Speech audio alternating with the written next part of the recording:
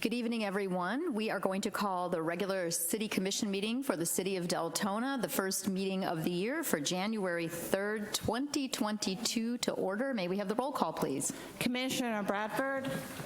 Here. Commissioner King. Here. Commissioner McCool. Here. Commissioner Ramos. Present. Commissioner Sosa. Here. Vice Mayor Avila Vasquez. Present. And Mayor Herzberg. Here. And now we are going to turn the meeting over to the Honorable Commissioner King. Thank you, Madam Mayor. Tonight I've asked Nick Pizza to deliver our invocation. After that, we'll have the Pledge of Allegiance. So please rise.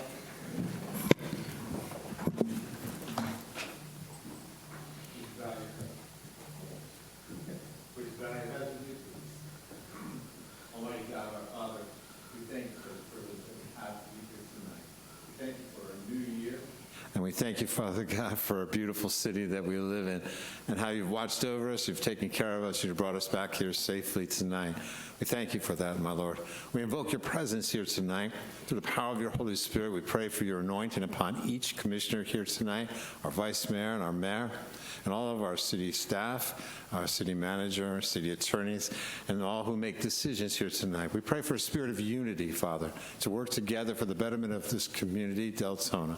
And we praise you for it, Lord God. So join with us now, my Lord. Set apart each one of us for your work, and that we may bring glory and honor to your name as we do this all in the mighty name of our Savior and Lord, even Jesus, and all God's children said, Amen. Join me in the Pledge of Allegiance. I pledge allegiance to the flag of the United States of America and to the republic for which it stands, one nation under God, indivisible, with liberty and justice for all. Be seated. Thank you, Nick. Thank you, Commissioner. We'll move on to the first item on the agenda, the approval of the minutes of the regular commission meeting of December 13th, 2021. Do we have a motion? So moved. Second. Okay, we have a motion and a second. All in favor? Aye. Motion passes unanimously. We'll go to 5A, presentation of quarterly reports of the city advisory boards and committees. These are all online, correct? And written reports. It is the AHAC, Firefighters Pension Plan Board, Planning and Zoning, and Team Volusia. And they're all online for you. And as we have a shade meeting scheduled next week, any updates to any of these and the Firefighters Pension Board, we will bring that forth at the next hearing should there be any clarification or changes to any of these reports. We'll move on to item 6A, ordinances and public hearings. We have none. We'll move on to 7A, old business. Request for approval of resolution number 2021-63 to maintain a general fund economic emergency reserve for fiscal year 2021-2022 and provide for the reserve every year thereafter. Mr. Peters, you want Mary, or are you going to take this one? I will start this one, and Mary can bail me out.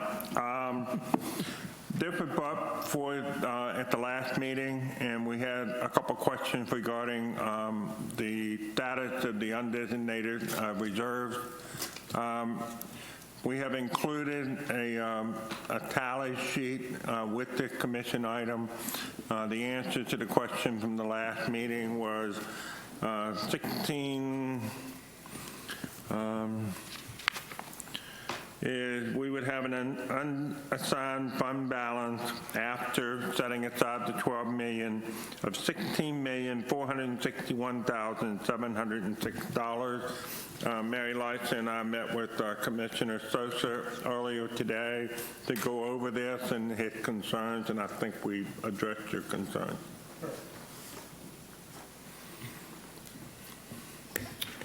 Commissioners, any questions? No questions? Then we'll go ahead and open the public comment portion of the hearings. Is there anyone that signed up to speak on this for public comment? Madam Mayor, we have one public comment. Albert Bryan, please. Thank you.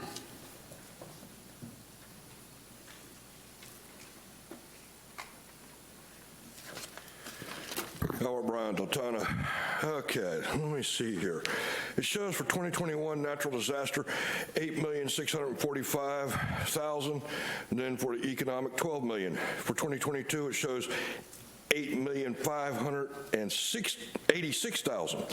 Same, and economic didn't change. There's a difference in the natural disaster of $59,000. My question is, two actually that I have. We have an unassigned balance of $16,461,706. With the natural disaster being under $9 million, shouldn't we take and bump that up with the $461,706 so we have a more robust natural disaster fund just in case we have a hurricane this coming year? The other thing I have to ask is, how long does $12 million actually cover for an economic disaster? Can it cover 3 months? Can it cover 6 months? Because at the end of the day, when you have an economic disaster fund, I'm going to call it that, you want to know exactly how long you can stay afloat as a city. Because if you can't stay afloat for more than 3 months, then why have the fund? Or maybe boost the fund. Because most economic disasters that I know last for more than 3 months. We have problems for more than 3 months. So if 12 million is not going to cover through at least 3 months, then maybe we need to think about boosting it higher. But here again, I'm more worried about the natural disaster fund because we're under 9 million. When you're under 9 million, you know as well as I do, when you have a hurricane, you're going to pay a bunch of money just to clean up. And I think you need at least, here again, at least 2 months funding in the natural disaster fund. So my questions are, how much time can you actually have under each one of those funds? Thank you, sir. Madam Mayor, if I can address the concerns. Let me just see if there's anyone else that signed up to speak for this. Madam Mayor, this ends public comment. Okay, thank you, ma'am. Yes, sir. Okay, the 12 million, the way we arrived at that figure is if you started in 2007 when the recession hit and you went to 2019, a 12-year period, if we had continued to grow like we should have, and then we had a line lower than that, which is where we were in actuality with increasing the millage rate and all that, there's a gap between them. The area under that curve is $12 million. That's how much total money that we lost from 2007 to 2019. That's where the 12 million came from. It's from actual historical numbers because we still would have revenue coming in. It would just be at a lower amount. The 12 million would bump it back up to where we wouldn't need to do rate increases and that type of thing. The second half of the question is regarding the Natural Disaster Fund. There's two schools of thought. If we were to have a hurricane, most places I have worked, if the president had designated a natural disaster, you know there's going to be federal funds coming. So Mary, with the permission of the commission, would either go out and get a bank loan, a short-term bank loan to cover it until we get federal money back, or that $16.461 million that we have in unassigned fund balance would go to help out. So either way, we would be able to make up any shortfall we would have in the natural disaster account, and therefore I would not recommend making any changes to it. Thank you, sir. Commissioner Bradford? Yeah, one thing I did have in my notes, we have $378,500 for our grant match reserve. Now, to get a lot of grants, we have to have grant match money. So my question is to go after aggressively all the grants. Is that an adequate amount in that reserve? That would change in any given year based on the grants that we have applied for and received. For instance, if we are doing a TPO, a project that's funded through TPO, we have to make a 30% match. So next year when we do the budget, let's say we have $1.5 million for a sidewalk project, we would have to put up 3% or $45,000 or something like that. No, 30%. It'd be $450,000. It'd be our match. And next year's budget will show a line item for that $450,000 for the grant match. That number changes year to year based on the actual budget of that year. Thank you. Okay, commissioners, I don't see anyone else on the board, so we need a motion. Commissioner Bradford? I move to approve resolution number 2021-63 to provide for the general fund economic emergency reserve for an amount of up to $12 million. Second. Properly moved by Commissioner Bradford, seconded by Commissioner Ramos. May we vote, please?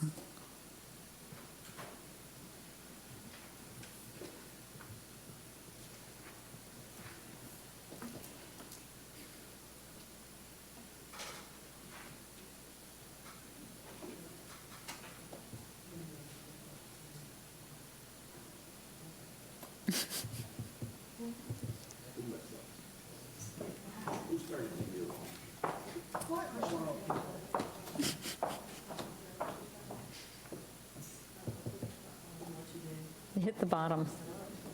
Hit the bottom. Excuse us while we fix technical difficulties. We need Jeopardy music. Okay, the motion passes 7-0.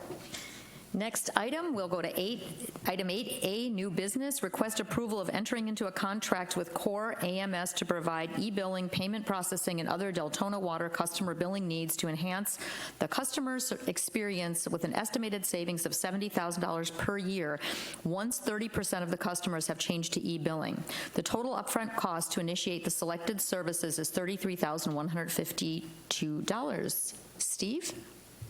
Thank you. Good evening. Good evening.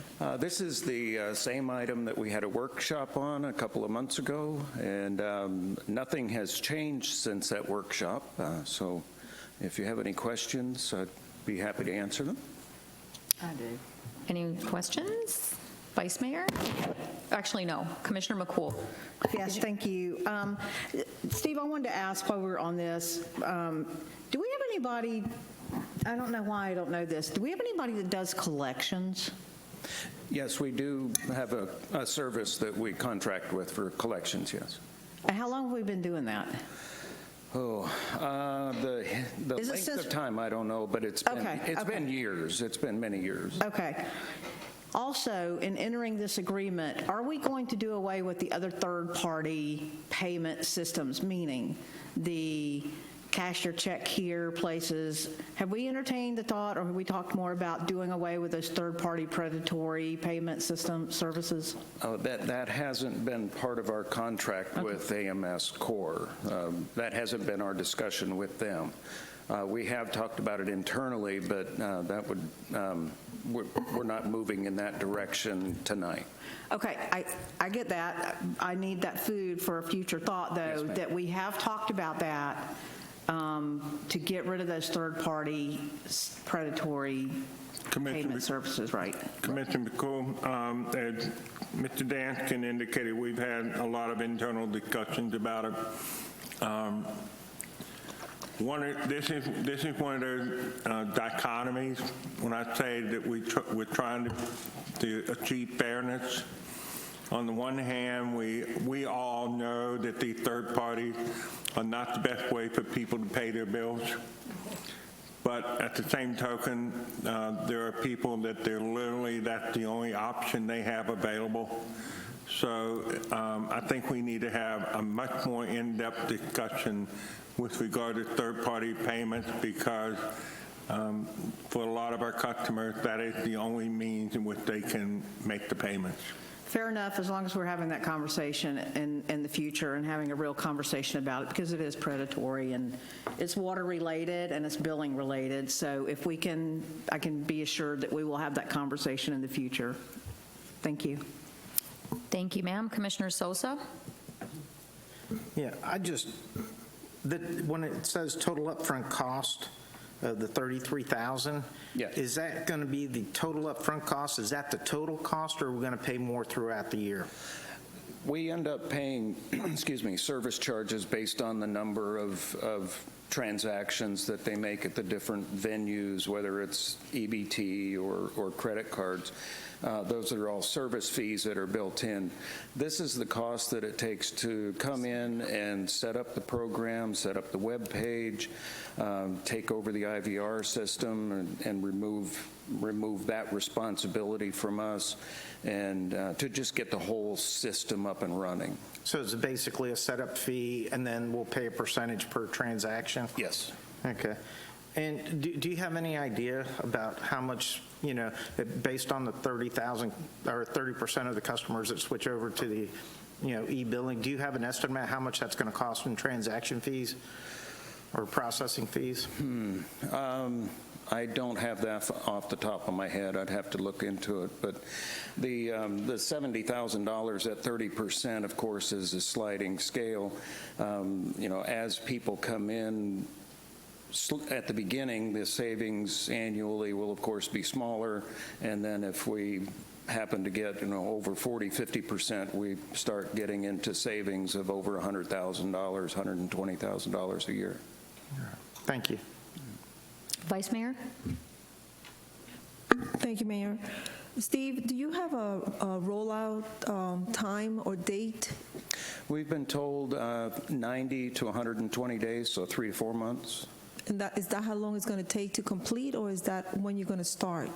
At the end of that process, we'll have all the testing done and have everything ready to switch over.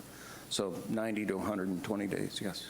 So testing will be done in-house, right, with our own system? Correct. It's done in parallel with our current system, so.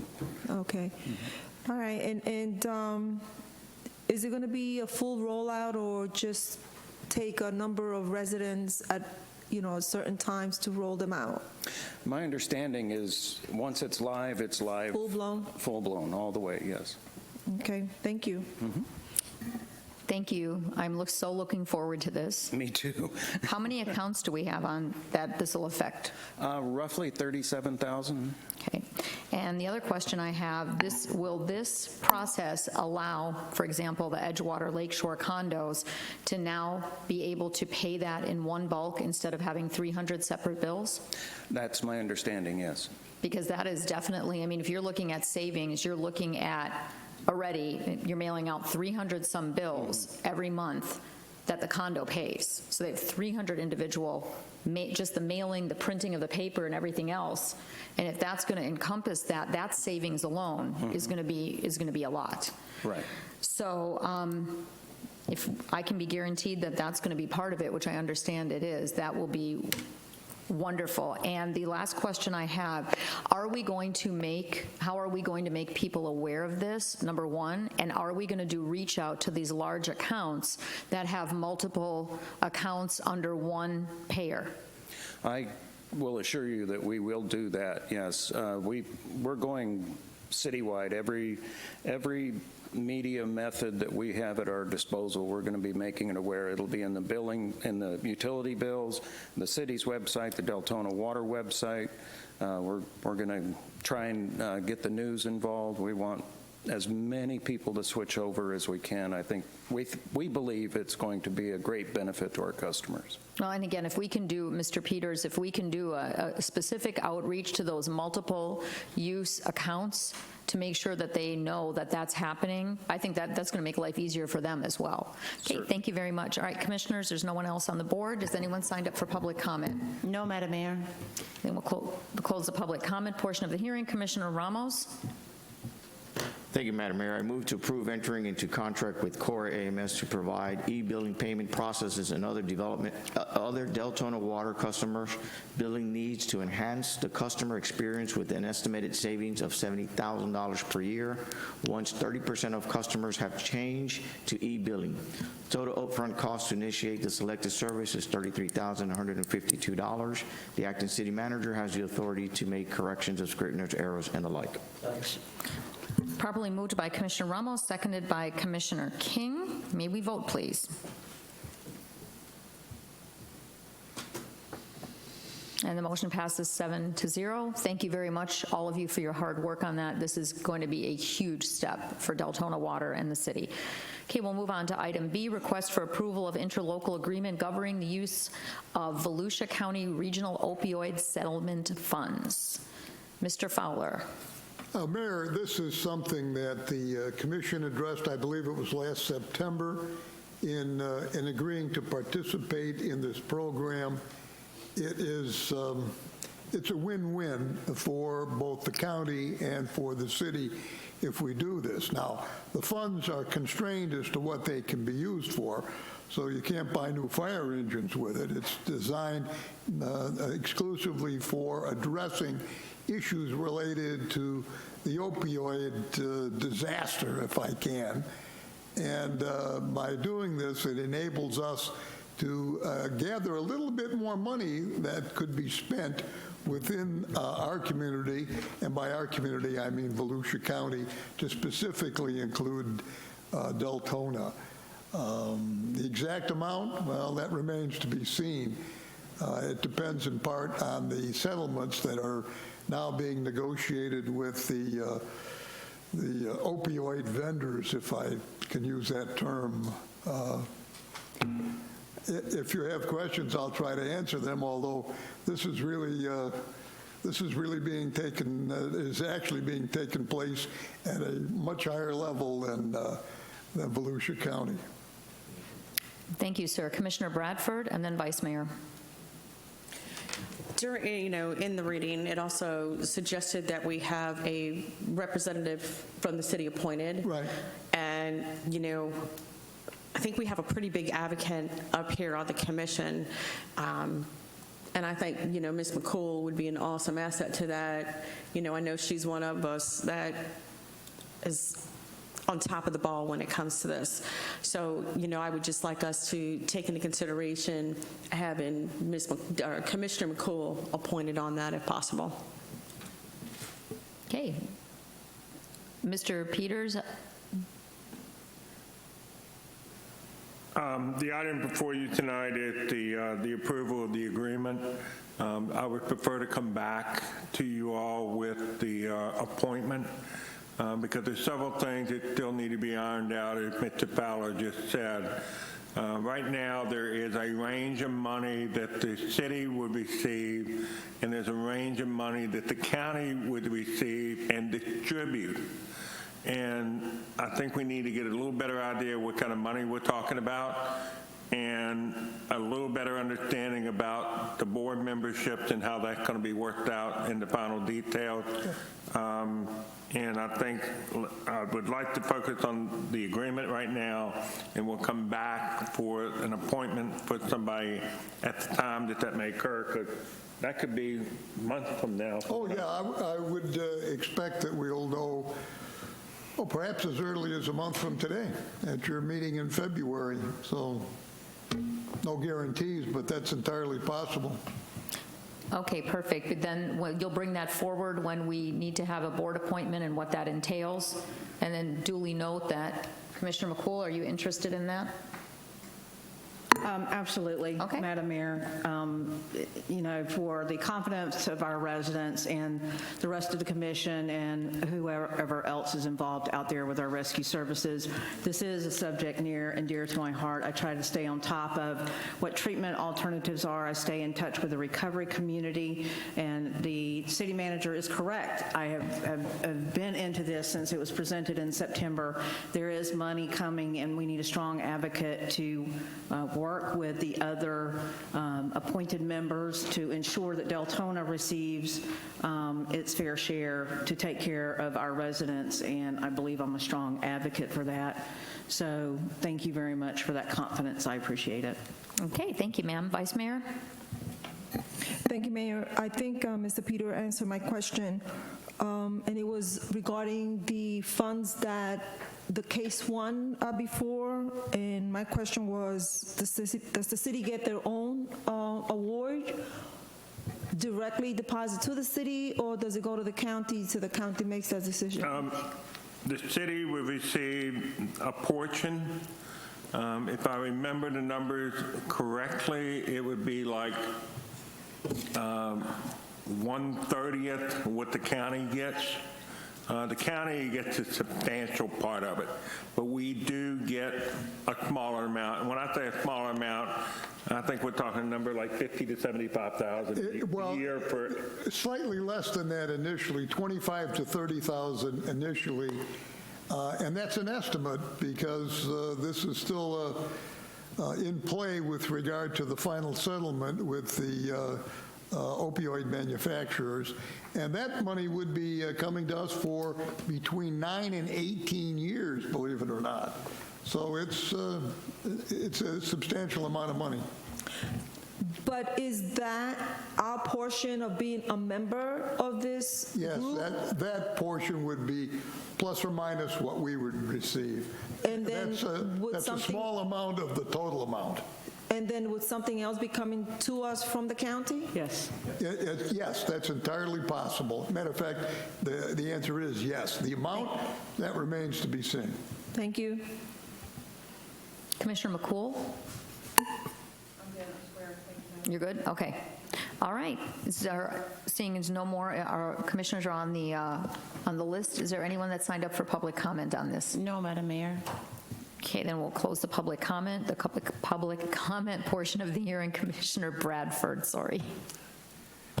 I move to approve interlocal agreement governing use of Volusia County Regional Opioid Settlement Funds. Non-substantive changes may be made prior to signing, including amendment of the participating cities in the event of a municipality chooses not to participate. Second. It's a multitude of seconds. Who do I give that to? Sounded like Commissioner King. Properly moved by Commissioner Bradford, seconded by Commissioner King. And let me see who else is on the board. Commissioner Sosa.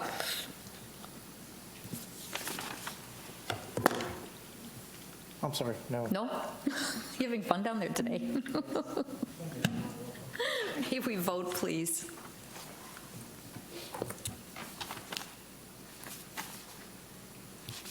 And the motion passes 7-0. Next up, we have the public forum. If you would read our public forum. Madam Mayor, we have 5 public comments. Karina Flores, Bradley Chalice, Brenda Santiago, Albert Bryant, and Billy Fowler. Karina Flores, please. There were 3 that were done online, so, right? Okay, and the next one online is Bradley Chalice, and then Brenda Santiago. Looks like they're not present. Albert Bryant, please.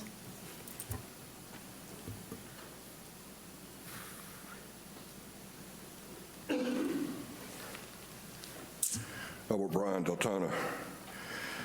Something has come to my attention that kind of concerns me, the use of our fire trucks. We just bought a new fire truck, and one of the big things we talked about during that was the fact of how many hours are put on the fire trucks. When we use our fire trucks for non-city events and put extra hours onto those city trucks, that concerns me. As far as I'm concerned, that's using city funds in a way that should not be used, because whether you like it or not, that fire truck cost us funds. So you're using city funds at a private function. How in the H can we do that and actually sit up there and live with it? Because when you use a fire truck in a private setting, if there's an issue at that private setting, that reflects on the city. So I'm concerned that we just bought a brand new truck and we could be putting hours on that truck per year for nothing more than idly sitting around or going to a parade for a private function. To me, that's crazy. As a city, we need better representation than that. Y'all need to really think about this. We just spent $750,000 on a truck. How many hours are you going to put on that truck per year doing private parades or private functions or a private party that somebody throws at a big skid ball or whatever? Those trucks were bought to protect us, not for somebody's private party or private parade and or otherwise. Just something to think about, people. Thank you, sir. Billy Fowler, please.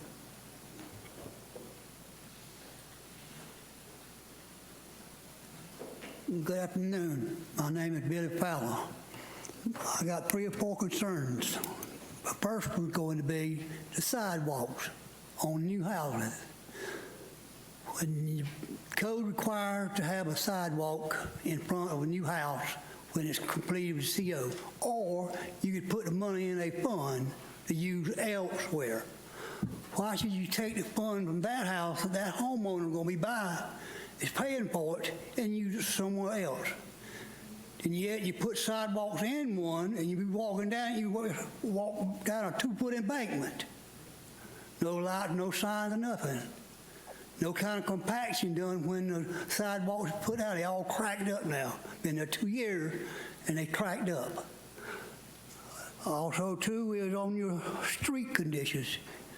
This is about the sorest I ever seen of a street in a town other than the little town I come from in Timminsville.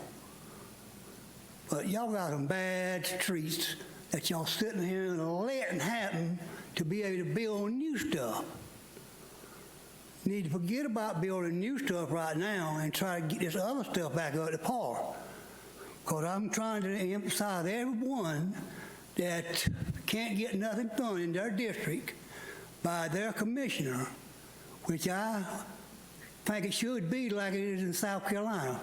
Each commissioner gets an X amount of dollars to spend in his district. And then if they need more, they all come together and try to work out the rest of it. But the way it is now, all of it goes in one big pot. And then you don't get nothing done in your district. Also, too, is changing an ordinance. How can it be that an ordinance can be changed for somebody to profit from it? I want that one.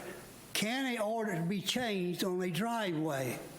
Right now they're saying 16 foot. But you could have 2 driveways. They only got 30 foot apart. Why can't you put them both together? That'll keep people from to park all over the yard, all in the right-of-ways, and stuff like that. And I had one problem where I don't blame the workers for it. I blame the supervision for it. They half-assed done it. That still using it for an entranceway to get a little building they had built. Me sitting here and spend a bunch of money in a house, and here I got something where people go in there, drive across a setback, and get back there. We call them setbacks, which is called swell, ditches, or anything. But I asked the question, what do you need to go put a driveway in? They said you got to be concrete.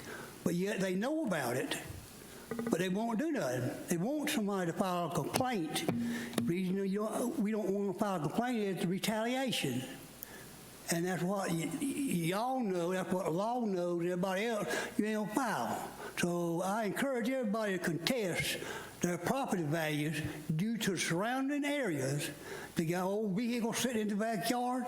They don't keep the grass cut around the yards, around the fences, around the shrubbery. Then contest your property value on it, because it decreases the value of property. If you don't believe it, I can give you the piece of paper hand delivered to me when the city manager stating that you're supposed to cut your grass. I cut grass, I don't cut sand now. And if there ain't no grass on the state right away, then I'm not gonna put my lawnmower in it. So I'll do the work free of charge. If he. Thank you, sir. Thank you, sir. I appreciate it. I'll be back later on one other. Thank you, sir. Madam Mayor, this ends public comment. Okay, thank you very much. Move on to item 10, comments on consent agenda. Are there any comments on the consent agenda this evening? No, Madam Mayor. No public comment. Then we'll move to item 11, consent agenda.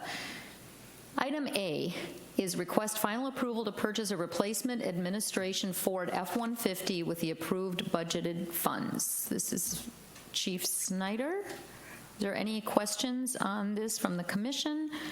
If not, we need a motion. Commissioner Bradford. I move to approve the purchase of a replacement administration Ford F-150 with the approved budget funds. The acting city manager has the authority to make corrections of Scrivener errors and the like. Second. Okay, properly moved by Commissioner Bradford, seconded by Vice Mayor Leo Vasquez. May we vote, please, on the single item on consent? And the motion passes 7-0. City Commission special reports and requests. I do. Hold on, let's see. We have Vice Mayor and then Commissioner Ramos. Thank you, Mayor. I know that this is something that I keep asking Mr. Peters, but I want to see if we can get this CRA project back on a workshop or started, or starting to get the project moving forward.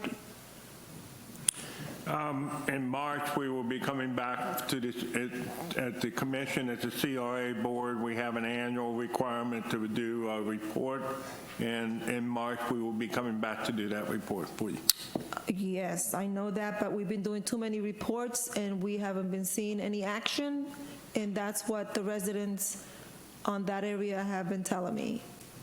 So if we can please get something moving on Deltona Boulevard or Normandy, it would be greatly appreciated. Okay, we will put out a report to you all shortly. Thank you. Commissioner Ramos? Thank you, Madam Mayor. I just want to bring up to the attention as a TPO representative here for the city. It's the beginning of the year. If we are going to make any changes to an alternate, now would be the time to do it. I know Commissioner Bradford is an alternate. Not sure if that's something she wants to continue on. No, I was going to see if we could possibly appoint a new alternate with my schedule and all. It's just a little difficult right now. So do you have a recommendation, Commissioner? I do. I was thinking of... That being said, I wanted to give you the respect because I know you're a current alternate, but I think we do also have Commissioner McCool, who has some transportation background, and I think it's a great opportunity, if she's willing, to be an alternate on the TPO board. So I would make that as a motion. Second. Okay, Commissioner Ramos made a motion to appoint Commissioner McCool, that the commission appoints Commissioner McCool as the alternate to the TPO, seconded by Commissioner Bradford. Before we go on, Mr. Peters, any comments? No, ma'am. Okay, so we have a motion for Commissioner McCool. Are you? We should confirm that first. Does Commissioner McCool want to do that? Are you good with that, Commissioner? Because seemingly it's a done deal here, except for a vote. So whenever we need to nominate, we just nominate. All right, vote. Yes? Yes, Commissioner. Yes, ma'am. On the vote. Okay. Okay. Commissioner Sosa is on the board. Are you on the board for this, or are you on the board for? I'm on the board for speaking. Okay, all right, not on this, on this new event. Okay.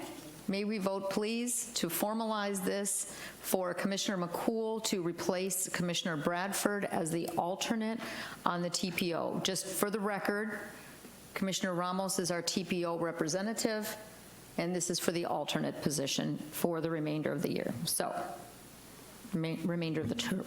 Motion passes 7-0. We're good. Commissioner Sosa, go. You're done, right, Ramos? Yes. I've had a couple folks from nonprofits reach out to me, and I guess prior to COVID, we used to do like a social service forum here at the City Hall, where I guess there would be a guest speaker, and there would be all the social service programs that would gather here and network, and everybody would get information about each of the different organizations. And I had a request if we could go ahead and bring that forum back and start that somewhat up maybe once a quarter. And I didn't know if we had any consensus to bring that back or not.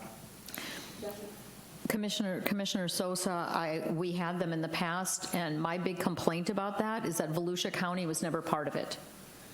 And Volusia County provides us with over $350,000 a year in social service funding, because the tier that it is, it comes from the state and so forth through the county, and the county distributes it similar to what the opioid settlement will be. So provided the county is included, because again, I don't see how you can have a legitimate social service discussion if your biggest provider of funding is not part of the conversation.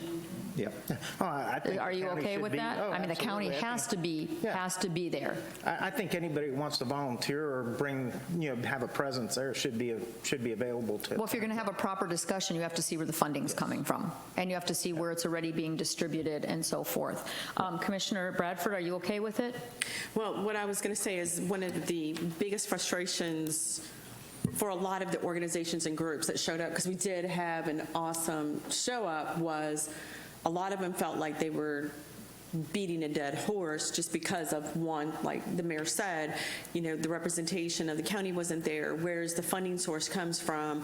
They're looking at them to tap out more funding from their pockets, and their pockets are dry. So it was a very frustrating time, because as we brought things together, there was never a solution to how is this going to be fixed. It just kept beating on the same people over and over and over and over, and we started to see attendance drop from those groups and organizations. So if we're going to bring this up again, we need to do it in a different manner, I believe, and this is something that we need to do very cautiously and take into, and I'm trying to be nice here, take into consideration all of the wonderful groups and organizations that showed up, that they left her feeling beat up, that they weren't given enough, when in fact they were here to say, how can we help you without having to do more funds that we don't have? So that it was a very touchy subject for them, but our attendance did start to drop. So I think it's something that can be done, but I think staff has a little bit to work on to get that where it needs to be with county and other officials before we can bring it back, or it's going to flop, and it's going to make all of the volunteers feel like they're being kicked in the gut again. Yeah, I know one of the things that I was told was it was on a monthly basis or a bi-monthly basis. No, it's quarterly. Was it quarterly? Because they told me, and I thought that would be a little too much. I thought maybe a quarterly or biannually would be a good. It was quarterly, if I'm right, Mayor? I think it was quarterly, yeah. Okay, so commissioners, on this one, I'm going to go down the list to ask for consensus. If you are on the board to comment on this, take yourself off, because we need to get consensus on this, and we're just going to go to the vice mayor next. And are you okay with this request by Commissioner Sosa? I just need to understand exactly what he's referring to. I know that we used to have meetings with all the different non-profit organizations that used to help. Yes. And just to get an understanding of what they did. Yes. And not have, duplication.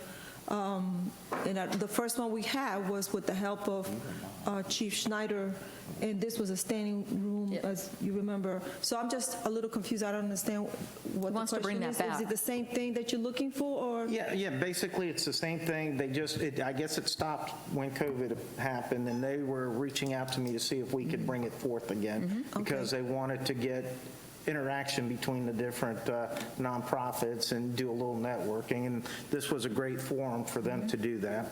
Okay, I don't have a problem with that, Mayor, and I also would like to see, we had a directory that I think the fire department put together. If we can look at that directory and see when was it updated the last time, and if needs to be updated again. Perfect. Commissioner Ramos? Thank you, Madam Mayor. As a matter of fact, yes, I believe Commissioner Novick was on the dais.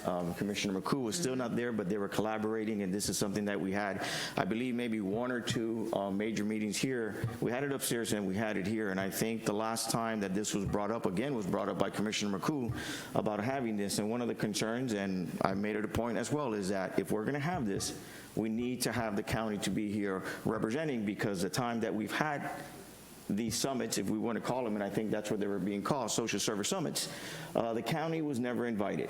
And if the county is not invited, all we're doing is just spinning our wheels. So I'm in favor of it, as long as we're making sure that, Mr. Peters, the county, it's a priority in making sure that they're involved in this. Thank you. Commissioner McCool? Thank you, Madam Mayor. In agreement 100% with everything being said, because we were building up ahead of steam. And we were also, I think, building it so that we could have a centralized hub, because we would all get together, we'd bring in our ideas, right? People would say what we do, then what do you do with it? Because there's no centralized place for them to go. So again, bringing this up, it's a beautiful segue into revisiting this year post-COVID with these services, with opioid money coming up, Schedule A and B talking about the scope of services that it's going to be providing for. It's a perfect time for us to get in here and build the beast that we've been talking about. So wonderful, Commissioner Souza. Thank you for bringing that up. I absolutely agree with it. The last set of summits were built out of a frustration that we did not have a centralized place, and everybody came together. It was wonderful. So I would love to see that happening again. Just to piggyback, so that you know also, Deltona Strong will also be involved again this year in the point-in-time count. Okay, we'll be representing the city of Deltona. As we do that, it's time to go out and find out where our homeless camps are. I know that some more have popped up, and get an idea of what is going on there, and how we can account for that. It's really important. So I'm all for it. Commissioner King? Yeah, I'm for it. Again, I don't think that it will be effective unless we have the county involved. If the county's not involved, like Commissioner Ramos says, we'll just be spinning our wheels. And so if everyone's involved, yes, I'm for it. If we're just going to all get together and do what we did last time, I think we need to move on from there and get something rolling that would actually benefit our community. Thank you, sir. So you have consensus of 7 commissioners that would like to bring this forum forward again. The point-in-time count should be coming up, what, this month? The end of the month, yes. So after that is done, I know that takes some time to get that settled, but if the fire department, I know that you guys had that booklet, if we can do an outreach and see when this can be scheduled. Commissioner Bradford, Commissioner McCool, is it on this topic? Thank you. It is. I just wanted to suggest as well that on top of the county, that we also invite our state representative to attend this as well. So if something comes up, I know you got me, if something comes up that, you know, they're aware of it, and that's something that he can bring up on a higher level. So make sure, I'd like to see that, you know, he's invited as well. And Commissioner McCool. And thank you for that, Madam Commissioner. That was exactly what I was going to say, that I know that our state representative is in for Deltona. I know that he loves this town, and he's going to work his hardest to get us funds for social and mental health services, seeing how the state forgets about us. And so I know that he's going to carry that burning torch up to the state, to Tallahassee in session in January, and bring us back some money for Deltona. Thank you. Chief Snyder, any comments? Yes, I just want to make sure everybody understands that when we put that packet together, that was back when the Community Life Center was here. They were kind of our champion that kind of took the lead for that whole group of people, and we turned that booklet over to them.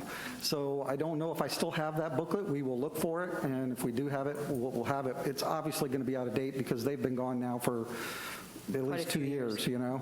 So I just wanted to let the commission know that I'm not sure that I quite have that booklet anymore, but quite honestly, I think it's going to be so out of date that it probably just needs to be recreated from scratch to begin with. So she may have a copy. Okay. I believe that Deltona Strong has a copy of it. I have a paper copy somewhere. A template of it. And just to throw it out there, I know that I don't know if we can reach out. Emma Santiago has a lot of legacy knowledge, so somebody might want to reach out to her. I don't know what now she's doing. Now that she's gone, though, I don't know if I still have access to her records. That's kind of why I'm saying this. And then the second thing, just to, you know, when the Community Life Center was here and they took the point, That was a great thing for the city because we could focus everybody towards the community life center, and then they would focus them to the appropriate agencies.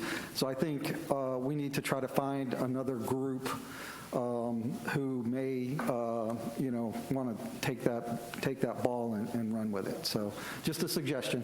Thank you, sir. So, Mr. Peters, you have your consensus on this to put together this type of a forum. And I think that when you bring the county into this and look at their resources and the amount of funding that they've brought in to Deltona over every single year, we had that meeting over a year and a half ago and met with Donna Butler and her team. I think you will be surprised how much funding there is. And the one issue that Community Life Center did have, they had the HMIS system. And any agency that's going to take any funding over for the city of Deltona has to have the HMIS tracking system. You don't have it, I will never, ever support any agency that doesn't have a proper tracking for any of the funding.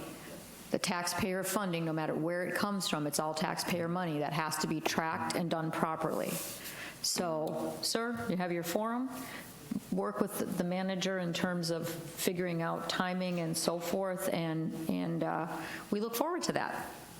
Okay, City Attorney, any comments, sir? Only one. I wish you all a Happy New Year. Thank you. City Manager? No, ma'am. And let's go, not even a Happy New Year. Okay, Commissioners, who wants to start?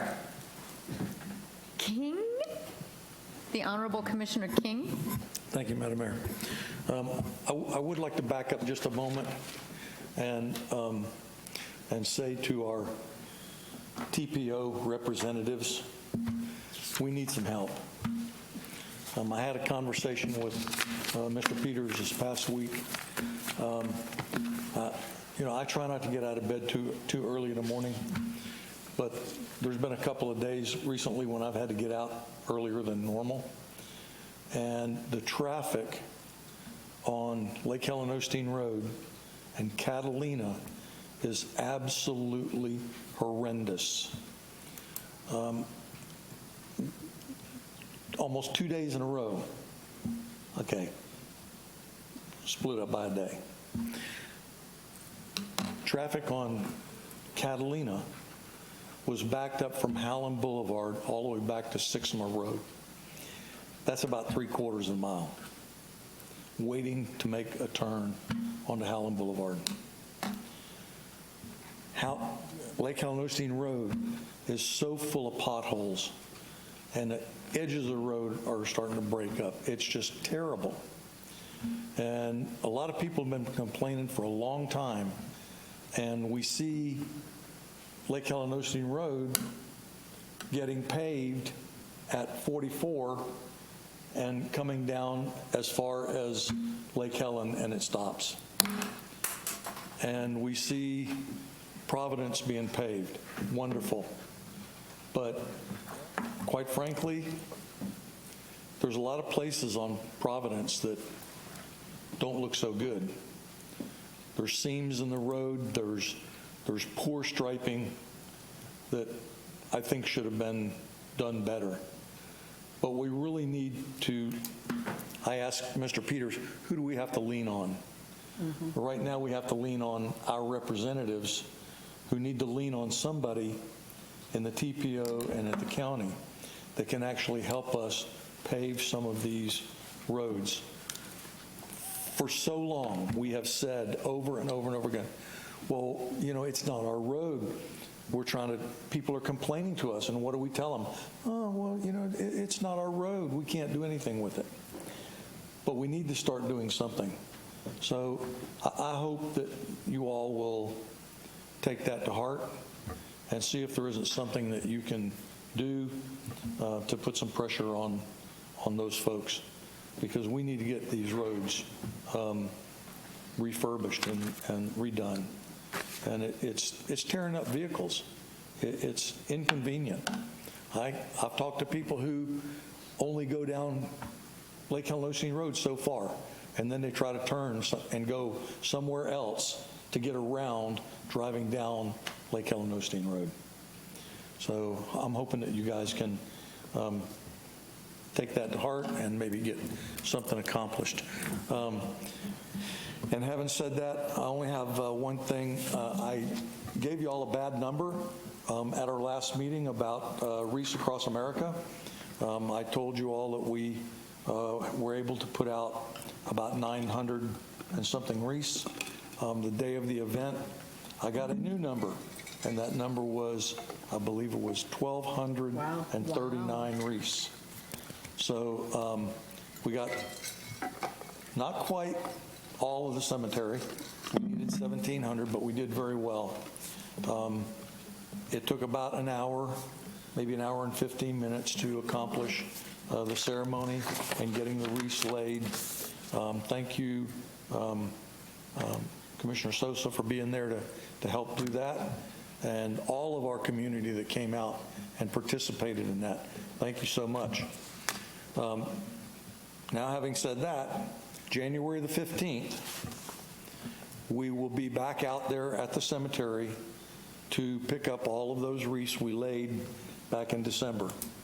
I believe the time is going to be 9 o'clock, but I'm not positive on that. It'll either be 9 or 10 o'clock in the morning. Typically, with the help we get, we're done in an hour or less. So please come out and participate. Help us pick up those wreaths on January the 15th. And that's all I got. Thank you, sir. Commissioner McCool? Thank you. First of all, I'd like to wish everyone a Happy New Year. I'm really excited for what we have going on this year. Second of all, more importantly, I see some new faces out here, and I really love seeing that. I love to see new people show up. Whatever your reason for showing up, I love to see new people showing up. So thank you for taking the time and coming out, investing your time in your city. Another thing, too, is I said that I would speak about this evening, is just reminding the city manager and our residents about, and our dais about the workshop with, that we are planning our meeting with our sheriff's department regarding level of service and speeding and traffic control devices. People, we have not forgotten about you, and I'm not even going to say that time takes time, but our city manager is an engineer and a perfectionist and wants things done the right way, and so I would ask that you bear with me on that. It's coming, and we'll have some update on that soon. Also, in as many days, I've had serious calls about animal abuse in our city, and it's really disturbing to me. And we had courageous people that reported stuff going on, and I want to thank you for going outside the limits of your comfort to report abuse to animals, because it will not be tolerated in the city of Deltona. And a note to the abusers that we are coming after you, and this is not going to stand, because our animals are residents also, and this abuse will not stand, and we see you. So you just put that in your pipe and sit on it. We're not going to tolerate that in our city. Another thing also that I'm really comforted to see is that all eyes are on growth this year. Everything that I've heard is going to be about responsible development and growth. We're moving that way, and partnering with some good community partners, protecting our environment, protecting our residents' quality of life, and we're serious about that also. And we're looking at being greener as a city, and that is my mission this year. I have a passion for that, and we'll be working on that this year. And I just want to thank everybody. I thank you all for writing me like you have, and emails and calling. It's really encouraging to see more people getting involved. I think that people are warming up, and it's really great to see. I'm really proud of what we're doing and where we're going. So that's all I have. Thank you. Thank you, Commissioner. Commissioner Ramos? Thank you, Madam Mayor. If I could just real quickly comment towards Commissioner King's point. I can tell you at the TPO, those conversations happen very much. And one of the things, just so that you're aware of a lot of the things that are happening, is those are open meetings. So feel free to jump online or to head up to Daytona Beach just so you can see. And unfortunately, those, when you talk about Lake Helen and 44, those have been in the project list for years. And I know one of the challenges that we're having at the TPO over at the district level is that infrastructure and the dollars. Where are we going to find dollars so that we can meet the needs throughout the county? But yes, we're definitely working on it, and it's a chess game, to be quite honest with you. And sometimes we have to give a little to get something. The other thing I just want to remind folks out there, for folks who are in education, who are studying, we still have the William S. Harvey Scholarship available. You can go to our city website and apply for it. My understanding is the deadline is the first week of Feb is when these applications need to be in. It's a great opportunity to be able to give some money back to our students here in the city. And the last thing is that tomorrow, starting as of 9 a.m., we've been hearing a lot of the challenges that we've had, not just here in the city, but in the county and Central Florida when it comes to testing kits. Family Health Source will be providing a drive-through home COVID-19 test kits tomorrow morning at 9 o'clock in the morning. It's going to be over at the facility off of Deltona Boulevard. Thank you to Mr. Peters, who've collaborated with Family Health Source to make sure we can help with the traffic. There's only quite a few amount that we have that we received a shipment of about 7,200, and that's going to be split between ourselves, DeLand, and even Pearson. So again, we're just trying to do our part as it relates to Family Health Source. There's been a shortage of tests. You go to CVS, Walgreens, wherever you go, they're not there, they're not available. But we will have test kits tomorrow in the morning starting as of 9. We have from 9 to 3. But I'll be quite honest with you, I don't know if we'll make it for an hour, so it's 9 until we run out. So again, Family Health Source tomorrow morning, starting as of 9 a.m., 1200 Deltona Boulevard for home COVID-19 test kits. And look forward to a great year, and Happy New Year's to everyone. Thank you, sir. Commissioner Bradford. Well, Happy New Year, everybody. Let's start off with that. We passed an ordinance on panhandlers, but yet I'm still getting off on I-4 exits, and I'm seeing panhandlers standing in the middle of the road in the median. And literally, I have watched law enforcement drive right by and not do nothing. So they've moved from the Wawa down to the I-4 exit westbound, but they're literally still standing in the road. So I don't know what we need to do to update the sheriff's office that we have an ordinance in effect that they cannot be standing in the road or in that way. It's looking trashy, you know.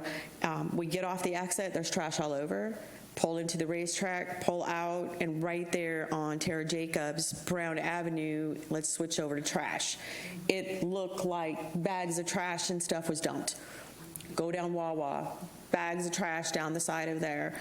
Go down by Duncan, like trash everywhere. I'm just like, what is going on? It almost, and I'm not saying that it's Waste Pro, but it was that bad that it was like, is there trash being dumped? Or, I mean, it's almost like too much.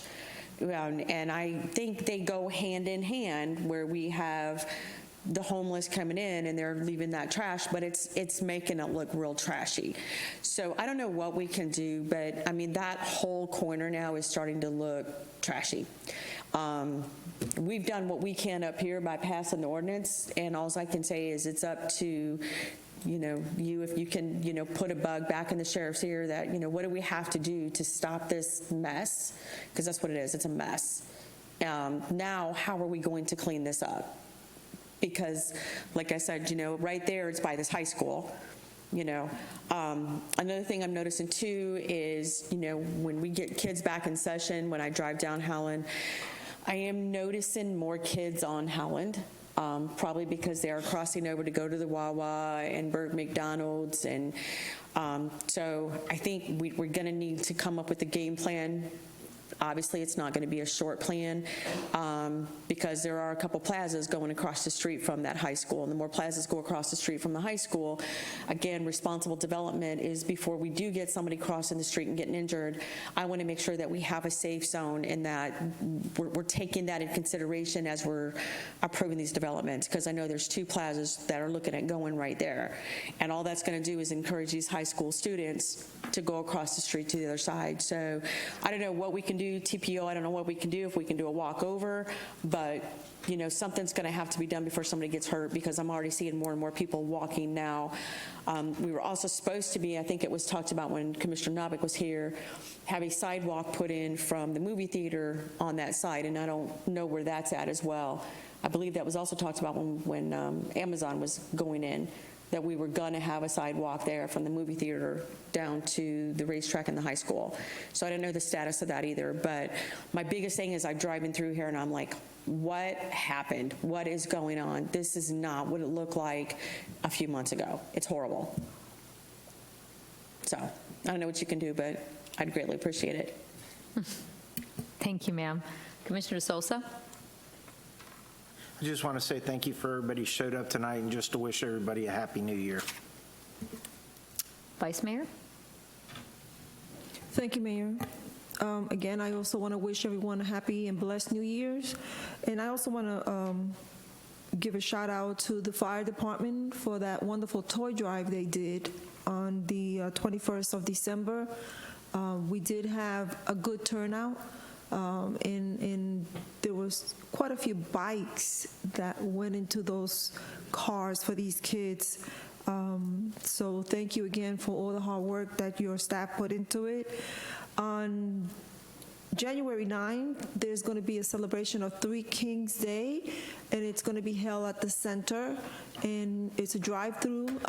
You know, they're going to be handing out toys. So if anybody wants to attend, it's going to be from 12 to 3.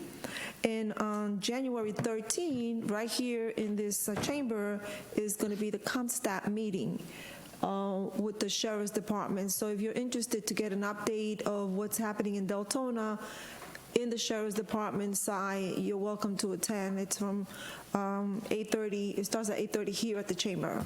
And thank you, everyone, for being here. Thank you, ma'am. So in closing, next meeting is a workshop next Monday at 5:30. And then in 2 weeks, instead of a Monday, Monday is a holiday, so we will have a commission meeting on Tuesday, January 18th. Prior to that, the commission will have a shade meeting upstairs, and that will be at 5:30. And then we'll correct, sir, and then we'll have our commission meeting down here at 6:30. So listening to everyone's comments, I think we're all looking forward to improvements for the city of Deltona in this next year. And it's great to see everyone come up with ideas and suggestions. I think that as a commission, we have a lot to look forward to. And when we look at the situation of our roads and the situation of our social services and the situation of trash and panhandling, some of that is all tied in together. And I think that we need to have some discussions of how we want the direction of the city to go. We're really moving forward, but I think every time that we have development come in, especially commercial development on some of these intersections, we really have to have discussions with the developers and our internal staff. And should it a county road, which Howland, Lake Helen Osteen, Providence, all those are county, we have to have discussions about safety. And whether they be better crosswalks, better lighting, flyovers, those are extremely costly, but there are options, and where we can get grants and where we can get help. I think that every single discussion that we have, starting internally when it comes to the DRC, when it comes to P&Z and these other boards, I would, from just what I'm hearing from everyone, that's a direction we really need to look at, because as Deltona grows and as the region grows, you're going to see more and more people, more traffic, and you're also going to see more walkers. We have a lot of sidewalks out there. People are out there walking, especially this time of year. I also would like to, at some point, have an update, Mr. Peters, on have the commission sent an update on our ECHO projects. If you could provide how far we are on those projects that we received ECHO funding for, where are we? Because the new year for ECHO grants will be coming up in the next month or two, and we need to have those others finished, or at least some of them closed out before we can apply. And I took a drive down to Lake Shore today and looked at, just sat there and looked at the buildings and looked at what Duke has cleared and what's going to go in there in terms of the straw project, the water withdrawal from Lake Monroe. And if we can, come to some terms and really look at that whole area, I know we have, but we need to be realistic about those buildings and everything else that's going on down there.